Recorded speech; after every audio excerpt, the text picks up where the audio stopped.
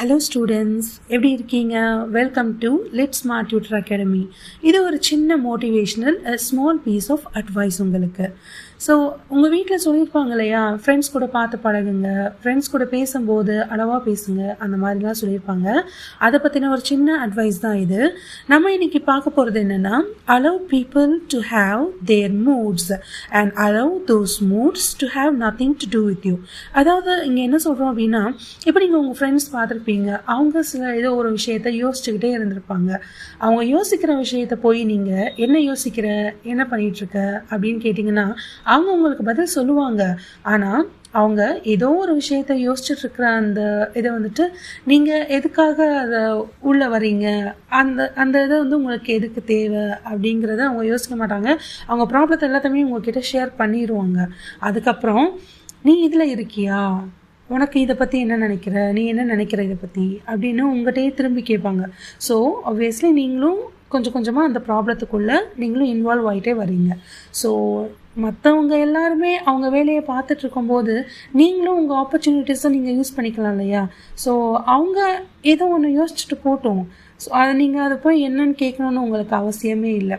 So அதனால் உங்கள் friends ஏதாவது பண்ணுறாங்க, இல்லை உங்கள் பக்கத்தில் இருக்கிறவங்க ஏதாவது யோசிக்கிறாங்க அப்படின்னா அவங்க யோசிச்சுக்கிட்டோம், விட்டுருங்க. அவங்களோட மூட் படி அவங்க என்னென்ன நினைக்கிறாங்களோ அதை அவங்க பாட்டுக்கு பண்ணிகிட்டே போட்டோம். அது அவங்களுக்கு நல்லதாகவோ கெட்டதாகவோ முடியும். ஆனால் நீங்கள் அதுக்குள்ளே இன்வால்வ் ஆகாமல் இருந்து உங்களோட ஆப்பர்ச்சுனிட்டிஸை நீங்கள் யூஸ் பண்ணிக்கிறது ரொம்ப நல்லது. ஏன்னா இந்த காலத்தில் நம்ம மக்களை 3 விதமாக பார்ப்போம். ஒருத்தர் கோமாளியாக இருக்கலாம், சில பேர் பாம்பாக இருக்கலாம், ஏன்னா விஷத்தன்மையுடையதா ஏதாவது ஒன்று தப்பாக நினச்சிக்கிட்டே இருந்திருக்கலாம். சில பேர் நம்ம ஹியூமரஸான பீப்புள், ரொம்ப காமெடியான பீப்புள் அப்படின்னு நினச்சிட்ருக்கலாம். பட் இவங்களில் யாராக இருந்தாலும், உங்கள் பக்கத்தில் யாரை இருந்தாலுமே சரி, நீங்கள் அவங்க என்ன நினைக்கிறாங்க, அவங்க என்ன யோசிக்கிறாங்க அப்படின்னு நீங்கள் எதுவுமே யோசிக்காதீங்க. உங்களோட ஆப்பர்ச்சுனிட்டிஸ், நீங்கள் இப்போ என்ன பண்ணிகிட்ருக்கீங்களோ அந்த வேலையை மட்டும் கான்சென்ட்ரேட் பண்ணி கரெக்டாக போய்கிட்டே இருங்க. தேவையில்லாத விஷயத்தில் மூக்க நுழைக்காதீங்க, உங்கள் கான்சன்ட்ரேஷனையுமே கொண்டு போகாதீங்க. ஒருத்தர் ஆப்டிமிஸ்ட், பெசிமிஸ்ட், ரியலிஸ்ட், இவங்க 3 பேருக்குமே வந்துட்டு ஒரு சின்ன லெட்டர் எழுதுனாங்களாம். அதாவது, நீங்கள் எல்லாருமே தண்ணியை பற்றி ஆராய்ச்சி பண்ணிக்கிட்டே இருக்கீங்க, பேசிக்கிட்டே இருக்கீங்க, ஆர்கியூ பண்ணிகிட்டேவும் இருக்கீங்க. ஆனால் நீங்கள் எல்லாருமே இதை செஞ்சிட்ருக்கும்போது நான் அதை குடிச்சே முடிச்சிட்டேன். ஏன்னா நான் ஆப்டிமிஸ்ட்டும் கிடையாது, பெசிமிஸ்ட்டும் கிடையாது, ரியலிஸ்ட்டும் கிடையாது, நான் ஒரு ஆப்பர்ச்சுனிஸ்ட். ஸோ உங்களோட ஆப்பர்ச்சுனிட்டி இப்போ என்னவோ அதை நீங்கள் கரெக்டாக யூஸ் பண்ணிக்கிட்டீங்க அப்படின்னா நீங்கள் அடுத்தடுத்த கட்டத்துக்கு போகும்போது வேறு எந்த டென்ஷனையும் மனசுக்குள்ளே போட்டுக்காமல் நிம்மதியாக உங்கள் வேலையை நீங்கள் பார்க்கலாம். ஸோ யாரோட விஷயத்துலையுமே மூக்க நுழைக்காதீங்க. அவங்க என்ன வேணால் பண்ணிட்டு போகட்டும். ஸோ இது மெயினாக டீனேஜர்ஸ் உங்களுக்காக தான்.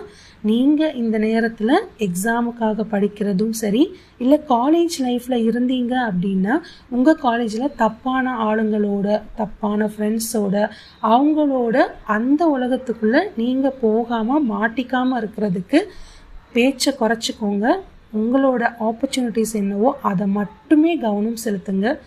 அமைதியாக இருங்க, எல்லார்கிட்ட இருந்தும் கொஞ்சம் தள்ளியே இருங்க.